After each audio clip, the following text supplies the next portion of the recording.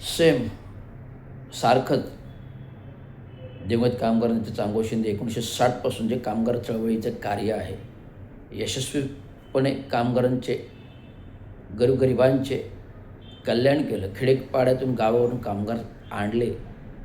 त्या काही 60, 65, 70च्या दशकात कामगार लावले आणि आता त्या कामगारांचे वारसा हक्काने महानगरपालिकेमध्ये अधिकाराने नोकऱ्या मिळवतात आणि हे वारसा हक्क देण्याचं काम महाराष्ट्र म्युनिसिपल कर्मचारी युनियनने सातत्याने प्रभावीपणे गेले 14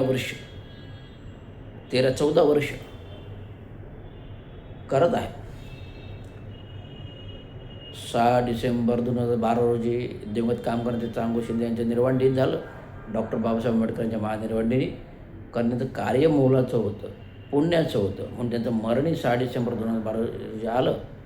पण ज्यावेळेस बाबांचं निधन झाले, कामगार वर्ग काकुळत्या येऊन धक्का बसला संपूर्ण कामगार वर्गाला की आमचं कामगार नेतृत्व उगवता सूर्य बुलंद आवाज अस्ताला गेला आणि त्यांचं आमचं काम कोण बघणार. तेव्हा मी त्यांना शब्द दिला, त्याला 2 वर्ष थांबा, मी सेवेत कार्यकारी अभियंता आहे आणि या गोष्टीचा अभ्यास करतो, विचार करतो आणि मग संघटना बांधणी करतो. त्या पद्धतीने मी 2 वर्षाने बाबांच्या हिरक महोत्सवी 75व्या वाढदिवशी काशीनाथ घाणेकरमध्ये मोठ्या डौलाने संपूर्ण घाणेकर खचाखच भरून माझे एक मित्र विजडीआयचे आणि मी माझा विजडीआय कॉलेजचे मित्र, आमच्या एक ऑर्केस्ट्रा आणि ऑर्केस्ट्रा माध्यमातून सलाम सोंगाडा एक मोठा कार्यक्रम मी ठेवला होता. खाण्याचा कार्यक्रम, जेवणाचा कार्यक्रम ठेवला होता, स्नॅक्सचा कार्यक्रम ठेवला होता.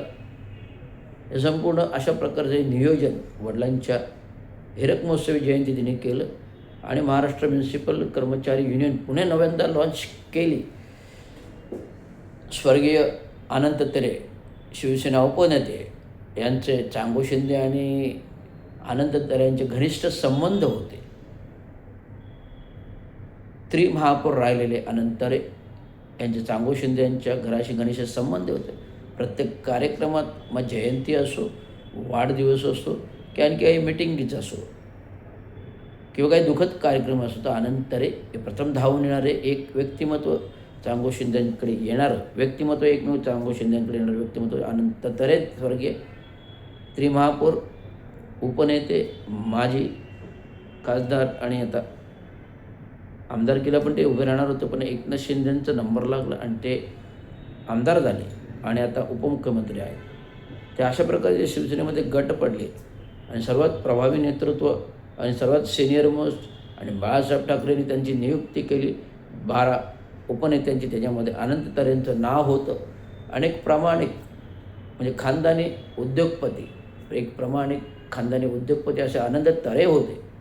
त्यांना ना कधी टक्केवारी, ना लाचारी, ना खोकेदारी घ्यायचा प्रश्नच नव्हता, कारण ते खानदानी उद्योगपती उचल्यामुळे जेव्हा ते 92च्या दशकात, 90च्या दशकात ते प्रथमदा नगरसेवक झाले आणि पहिल्यांदाच दुसऱ्या टर्ममध्ये, म्हणजे पहिल्या टर्ममध्ये 87मध्येच्या काळ संपला, 92च्या टर्ममध्ये ते आल्या पहिल्यांदा महापौर झाले आणि महापौर हे सलग 3 वर्ष कंटिन्यूस महापौर होते आणि प्रभावीपणे महानगरपालिकेचं काम चालवले. त्यांच्या कार्यकाळातच माझी नियुक्ती आहे आणि चांगो शिंदेंच्या घरावर आशीर्वाद आहे आणि बाबांना हे ते मोठे बंधू समजायचे आणि मोठ्या बंधूंचं छोट्या बंधूंनी घरावर लक्ष असणं एक.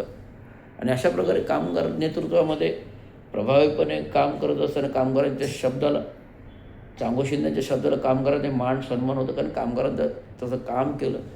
दादोजी कोंडदेव स्टेडियम झोपडपट्टी हातून बनवलं महात्मा फुले नगरने. आता पण इमारतींचा प्रश्न आहे, तो ज्वलंत आता मी सोडतो.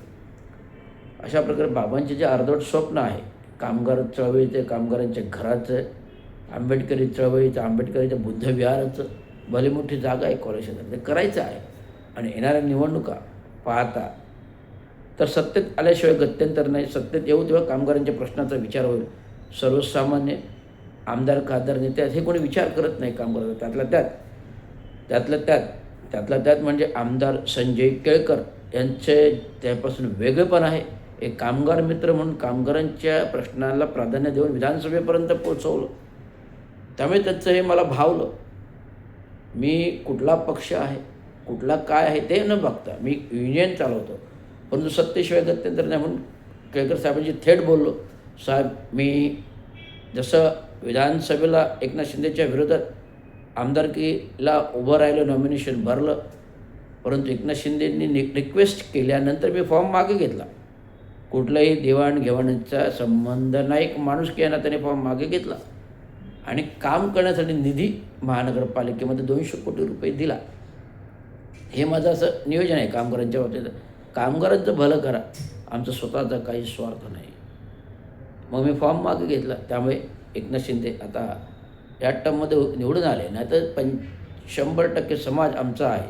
जर मी राहिलो असतो तर 75% मतं माझ्याकडे आली असते. त्यामुळे एक नामुष्की झाली असते. त्यामुळे ही नामुष्की होऊ नये, मी माणुसकी खातर फॉर्म मागे घेतला.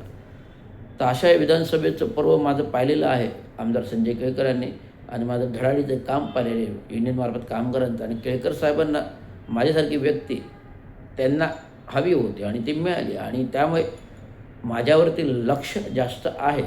त्यामुळे प्रभाग क्रमांक 22 पॅनलमधून जो महिला SC आहे, जनरलला आहे आणि OBC आहे महिला आणि